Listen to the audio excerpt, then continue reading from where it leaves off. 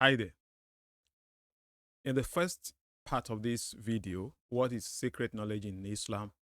I've been we've been looking at a book which is very important to Islamic jurisprudence. All right, the book is Reliance of the Traveler, and we're looking at the English translation approved and sanctioned by Al Azhar University and by many other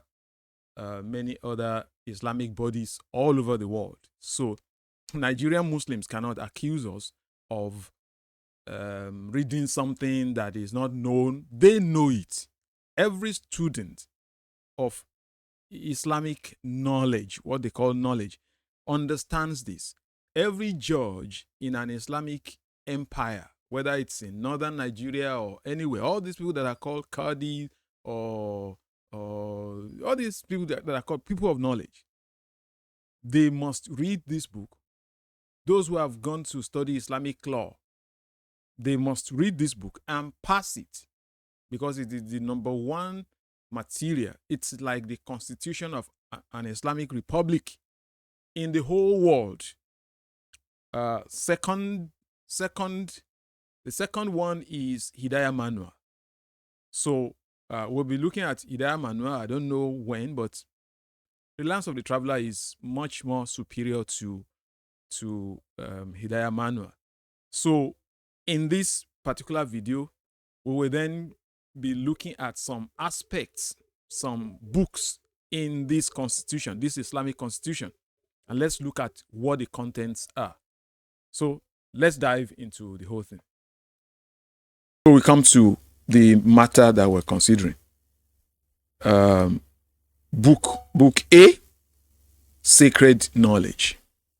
Book A, Sacred. The book is actually divided into A, B, C, D. Another thing that I'm interested in is book Q. Well, this is book A, so let's leave that. Let's just talk about the sacred knowledge. I've done all the introduction, so let's come to what is sacred knowledge. Contents: the knowledge of good and bad. Okay, meaning of good and bad. Hadith evidence. Other reasons why all these things. Communally obligatory knowledge. Religious sciences. By the way, science simply means knowledge. It's knowledge, methodical knowledge, organized knowledge, organized body of knowledge. That's what science means. And they're saying religious science. It's only Islam, by the way, that talks about religious science. So, look at this. The mind is unable to know the rule of Allah about the acts of this morally responsible, except by means of his messengers and inspired books. So the mind cannot know what is right or what is wrong. So it cannot be said that an act which the mind deems good is therefore good in the eyes of Allah. Did you see that? It cannot be said that an act which the mind, which our moral sense deems good, is good in the sight of Allah. This is exactly the reason why certain things, certain things are not bad. They are not bad. In Islam, they are not bad. They are okay. They are good. Have you seen that? Such as if you say sleeping with minors, it's not good. Every evidence points to the fact that it's harmful. Reason tells you that it is not good. But in Islam, what the mind tells you is not good doesn't mean it is not good in the sight of Allah. So who is that Allah? If sleeping with a month-old baby is okay in the sight of Allah, and I'm not exaggerating, I'm not. Okay, so let's go. This is sacred knowledge, right? Or that whatever the mind feels to be bad is thus bad in the eyes of Allah. The the basic premise of this school of thought is this all on and all that. Then I want you to pay attention to this. It says, the good of the acts of those morally responsible is what the lawgiver has indicated is good by permitting it or asking it to be done. And the bad is what the lawgiver has indicated is bad by asking it not to be done. The good is not what reason considers good, nor the bad what reason considers bad. This is why an Islamic society is usually problematic. This is why there cannot be order. Everything is upside down in an Islamic society, because your God-given sense of morality can never be used. It is whatever they say is good that is good, even if you know definitely this thing is not right, but you have to submit. So the question is this: who is that God? Is that the real God? But I said I want to point your attention to something. So here is it. It says lawgiver. Synonymous, look at it, synonymous to Allah or his messenger. That's who the lawgiver is. So from this point forward, when they mention the lawgiver, they are referring to Allah or Muhammad. Did you see that? And so it is this same set of people that will come and be saying somebody is elevating somebody above God or to the position of God. What is this? So who is the lawgiver? It is both Muhammad and Allah. That's what Islam is. When you look deep, you're going to find a lot of things that are questionable. But on the surface, well, you see, there's only one God, and it is that God we submit to. Look at what this is saying. The lawgiver is either Allah or Muhammad. That's what the lawgiver is. But let's read forward. So that's so the good or bad, according to this school of thought, is the sacred law, not reason. Not reason. So just notice that. Now look at this. This is chapter 2. This chapter book A 2.0. The superiority of sacred law over devotions. This is where you get the idea that some people they are to be exalted. They are people of knowledge. This is why they look down on any other person that hasn't gone to their madrasa.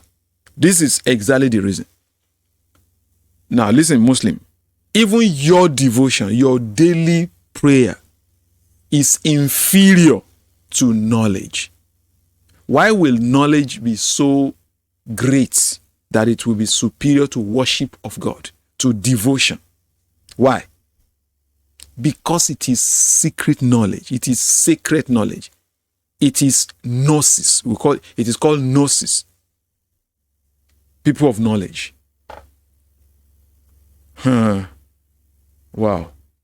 Look at this. It says, say, are those who know and those who do not know equal? Quran chapter 39. So they're getting it right from the Quran. Those who know and those who don't know, they're not equal. Those who have gone to read all this, and this is what they call knowledge. They're just collection of these books. Sit down and read. But they're also going to tell you that, no, you cannot read by yourself and understand. You cannot. You have to go and sit down under somebody who has that spirit, who tells you what. That's what Islam is. Let's go on.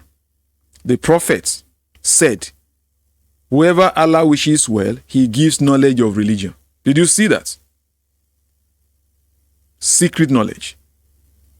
The superiority of the learned Muslim over the devotee is as my superiority over the least of you. They're quoting Muhammad. The superiority of the learned one. That's why they call themselves the people of knowledge, learned people. Let's go on.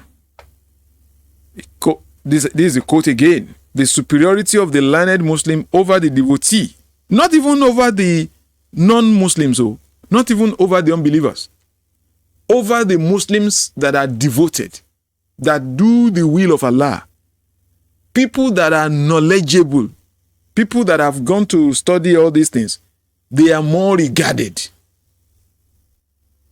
which is not the same thing in Christianity. It's not the same. The superiority of the learned Muslim over the devotee is like the superiority of the moon over all the stars. I don't understand what they mean by that anyway, but let's leave that. The learned, this is another quote, are the heirs of the prophets.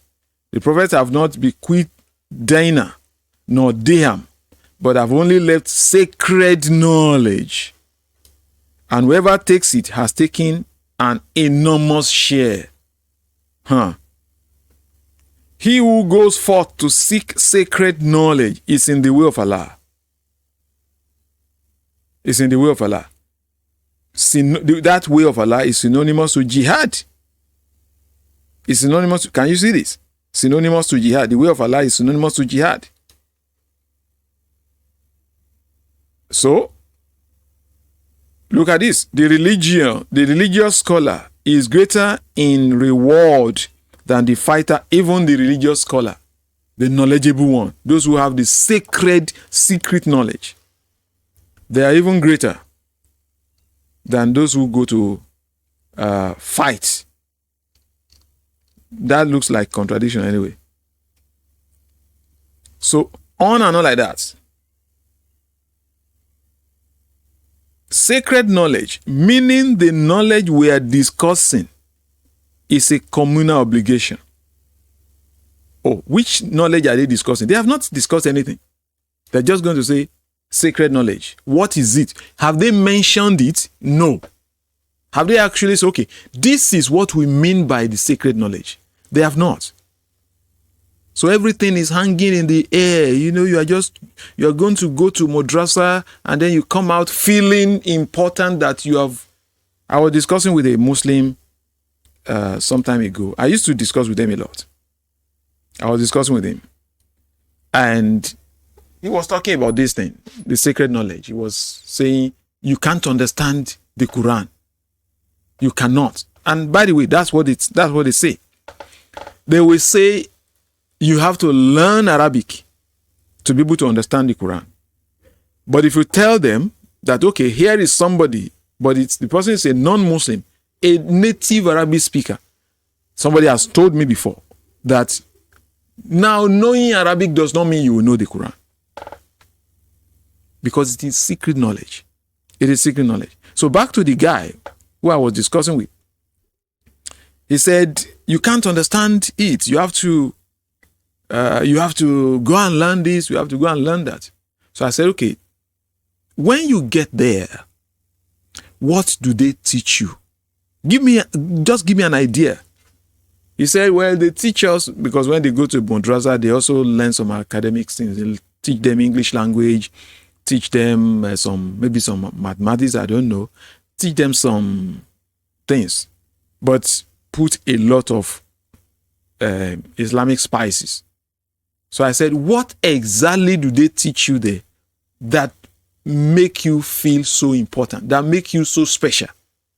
Say, well, they teach all kinds of, they teach us biology, teach us this. Okay, I'm getting it. Yes, go on. What is the thing that you keep on saying others cannot understand? What is it that they teach you that others won't understand? He said, he explained that. He said, do you understand? I said, no, I have not understood. You have not said it. It cannot be said. It can't be said. They will just say, well, you get it? No, I don't get it. Say it. Which knowledge? What is it? It's a secret thing. It's a secret thing. That's what they call knowledge. It's a secret knowledge. Let's continue. Let's just read a few more things. The communal obligation is superior to the personal obligation in that the person performing it fulfills the need of the Islamic nation. This is why your friend who is a Muslim is obliged to kill you. If it comes to that, he's going to set aside his relationship with you and you'll be killed. And it doesn't feel it. The communal obligation is superior. Some of you don't understand that. Some of you call yourselves Muslims. You don't realize that. You don't realize that. You don't know what you have put yourself into. Okay. So, the obligation of the individual is restricted to himself. Sometimes you are discussing with people and they will say, well, there are very good Muslims. I understand that. I understand that there are good Muslims. It's not all Muslims that do evil, that go about killing, maiming, raping, beheading. It's not all Muslims that go about fighting jihad. It's not. But the point is this, and God forbid, if you should ever live in an Islamic empire, that good Muslim has no opinion. That's the fact. He has no opinion, otherwise he will be killed too. He has no opinion. He has to submit to the opinion of the Ummah, even if you are feeling within you that this thing is not right.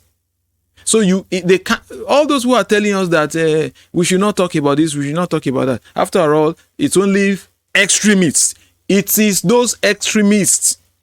It is the extremists that dictate what should be done. The vast majority will be silent. If you are reading this thing correctly.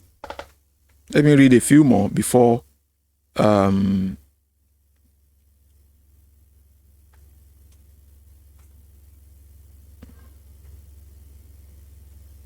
okay. Know that what we have mentioned about the merit of seeking, they have not even defined the sacred knowledge itself. But they keep on talking about seeking sacred knowledge, exalting sacred knowledge. What is it? What is the sacred knowledge? It cannot be understood because it's a secret thing. And it is deception at the same time. So what they call sacred knowledge is all these stories. You can tell the story when Muhammad said this, that's what it does. But if they should tell you that is what the sacred knowledge is, you'll be wondering, so what's so special in that? What's special in reading this hadith and reading this hadith and reading this? What's special?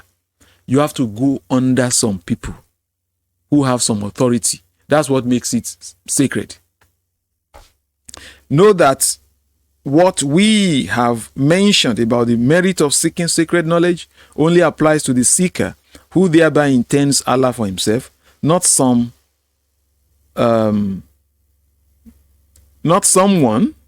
concerned with this world, which is not true, by the way, which is not true.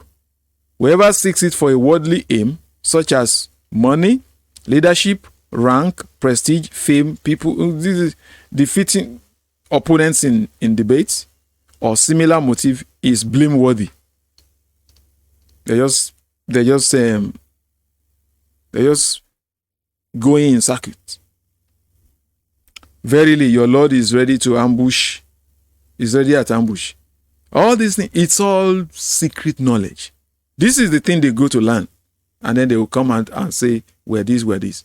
It is gnosis. Gnosis. No, secret knowledge. Anyone who seeks sacred knowledge to argue with fools, vie with scholars, or draw people's attention to himself will take a place in hell. So who are fools? Non-Muslims. So everything is determined by their own definition. So they put themselves in these highly placed positions, and every other person is looked down upon. That's what Islam is. Personally obligatory knowledge and all that. It's all knowledge. the meaning of this hadith, yeah. Wow. It's interesting. It's interesting. So, there is just stories about knowledge, about this, about that. Look at this. Scholars disagree about the Quranic verses and hadiths that deal with the attributes of Allah. But the same people will come and tell us that Islam is this, Islam is that. They disagree. Oh, look at this. We do not know the reality of the meaning. So there's no certainty in anything. It's just deception. This is what they go to learn. And they come back and say they have become people of knowledge. And they laugh. I was talking. I've actually had 3 debates with that young man. And you can see the air of pride. How he laughs and smiles. It's all, the Bible says knowledge puffs up. So they are bloated within themselves, considering themselves people of knowledge.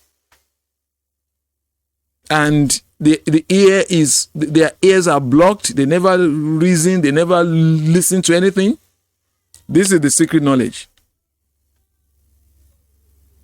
Imagine.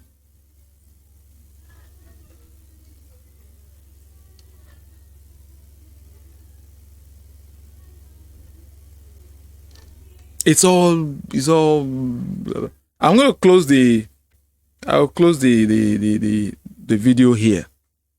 So I just wanted to give an introduction. I'll go to book Q later and tie the whole thing together and make you see why it is secret.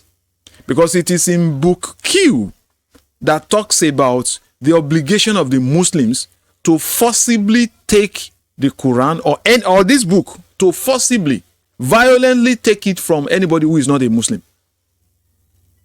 So that's what makes it secret knowledge. Nobody is allowed to know all these things.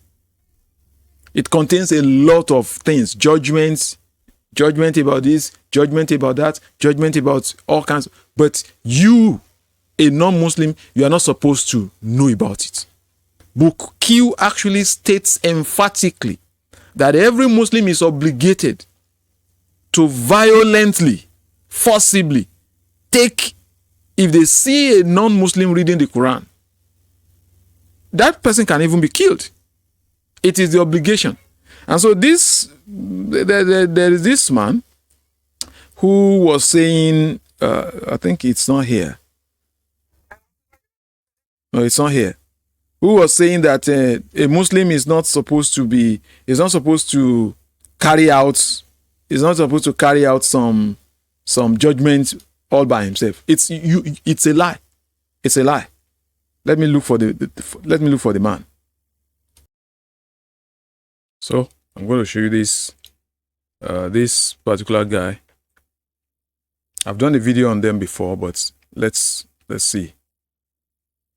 Meaning, once you enter, there's no back door. So if we have a hypothetical scenario where, let's say in the Middle East, and this is actually what happens, where a daughter leaves Islam, and because they've brought shame and reproach upon the family, they now have to do what you call a honor killing, where they kill, and it happens all the time, right? Now, I'm saying that if a person does that, by divine law, is he right to do so or he's wrong to do so? Okay, so you get the question of that man that is talking is a Christian. His name is Muhammad. I think Muhammad Sule or something like that. So he's asking, in Middle East, in some Islamic countries, there's something called honor killing. It happens that if a girl is deemed to have done something shameful, something that has brought dishonor to the name of the family, the brothers or whoever, sometimes they use acid. They will pour acid on them, on the face. They have killed people like that. He's asking him, is he right or not? Listen to his response. Then I'll tie it back to Reliance of the Traveler. Listen to his response. Now, let's go back to Sharia, right? Yes In the or Sharia. no? No, Yes no, no. or no? It's a follow-up question. Yes or no? I want to answer. There's It's a nothing follow-up called honor question. killing in Islam, in the Sharia. He's not asking you whether there is anything called honor killing. That's not his question. That's not the question. But let's continue. That is how they waffle. That's how they parry and dodge things. And then the discussion is Sharia. The discussion is Sharia. And that those who are doing that, they are practicing Sharia. He's not telling you there's honor killing in Sharia or in Islam. But the people who carry that out, it is part of the Sharia they are implementing. The Sharia says they kill the person and they use whatever they like to kill the person. So they are the ones giving it the name honor killing. Now he's going to dwell on that. There is no honor killing. There's no honor killing. He's not saying there's honor killing. Actually, the man is going to push back and listen. I didn't even assert that there's honor killing so in it's Sharia. a no. Did you hear that? He said, I didn't even assert that there is honor killing in Sharia. I'm going to do another video on this later on. So despite the fact that the man has said, I'm not asserting that there is honor killing. I'm only saying that the killing, whatever name you want to call it, is it allowed or not? Now, let's listen to the response. But there are apostasy laws that demand the termination of life in Sharia, yes? So what I'm saying now, going back to his points, right? He's not going to answer that. There are apostasy laws in Sharia that demand the termination of life, yes or no. Going back to exactly, this is it, because it is secret. Look at what happens. Let him talk. So before you can even met out the Sharia law, right, there are processes, right? You have to be tried by a Qadi. And even before a Qadi, before you can become... So the Qadi is like the judge who has studied these things that I'm showing. These rules. That's who the Qadi is. The graduate who has gone to madrasa and is certified to have read all these things and to have mastered, to have known them. That's the Qadi, the judge. So, but let's see. Let the man finish what he's saying. Let him finish.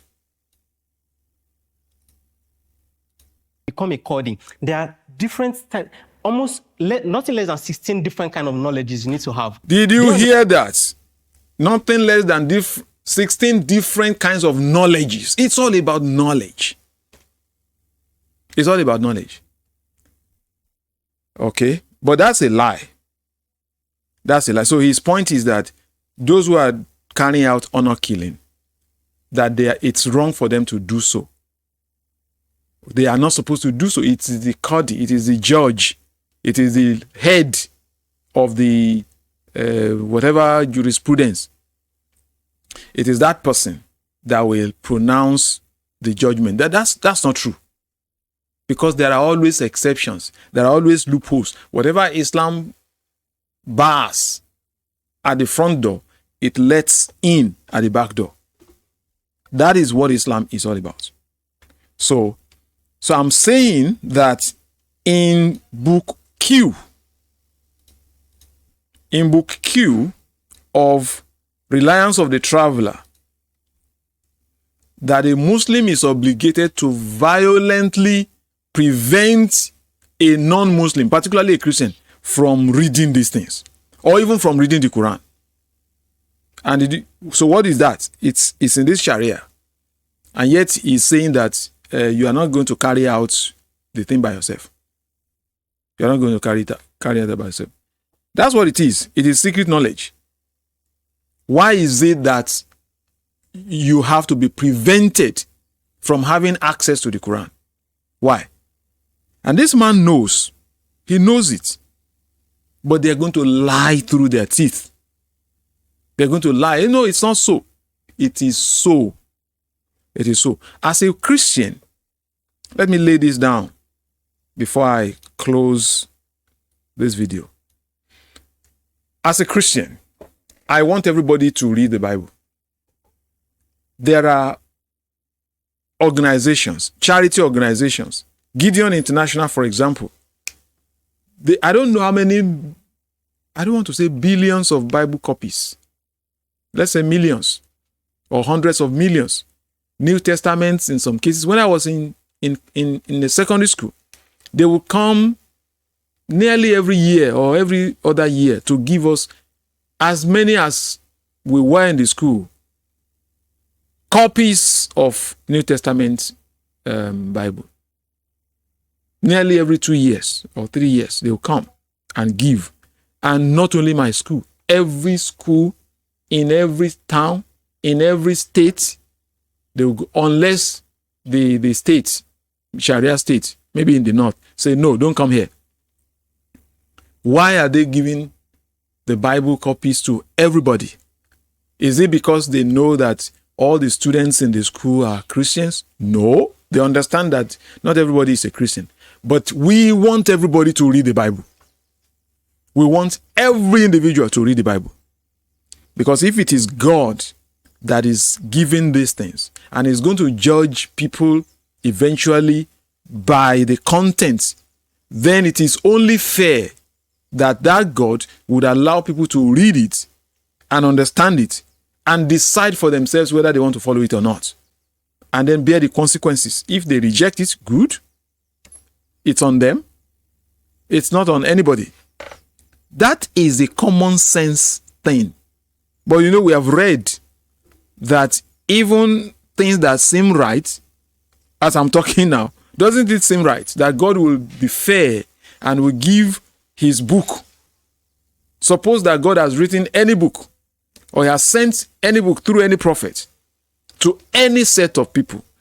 Is it not only fair for that God to give open access to everybody to read without any restriction? I mean, that is just the normal thing. Think about it. But they are telling you that whatever your mind says is right may not be right if Allah says it is not right. And so Allah says that non-believers must not read the Quran. You must not. You could be killed in Islamic countries if you are found with any copy of the Quran. You could be killed. So it's secret knowledge. It's secret knowledge. But you know what? Islam is going to get destroyed by the internet, because technology has exposed all the things they've been covering for centuries now. Technology has blown open everything, and they can no longer hide. That is why imams are crying in Pakistan. There's apostasy everywhere, and Bilal Philip in Canada is talking about it. It's an avalanche. It's a tsunami that is hitting them and knocking them over. A lot. In US alone, 24% of all the Muslim youths are leaving Islam every year. Let me look for that. Listen to this. 24%. Your child is going to become an apostate. Your child is going to become. I know virtually all the people that are in this video. So let me just play it again. This is D Wood himself, enemy of Allah. So this channel is Jai and DOC. Jai and DOC, both of them are Arabic Christians. Arab-speaking Christians, let me put it that way. Arab-speaking. So they are native Arabic speakers, but they are Christians. Both of them left Islam, and they are now Christians. So they understand all these things you are covering. This is their channel.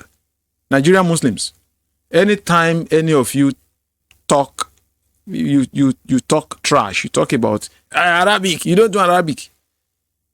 So I have their... I'm just going to say, okay, let's arrange it. If you really know you want to speak Arabic, let's arrange it. So whenever they are online, come. Let's do it. And they are not the only ones. I was talking to who? I think it was who? I said there are people in Nigeria who claim to know Arabic, and he said, okay, hook me up with them. Whenever I'm online, I would like to discuss. I went back to them and said, look, here is the link. If you dare, they all ran away. One of them said, it's not just knowing Arabic. That's the point I'm making. It's not only knowing Arabic that you need. It's not just the knowledge of Arabic. So there is secret knowledge. There is secret knowledge. But watch this.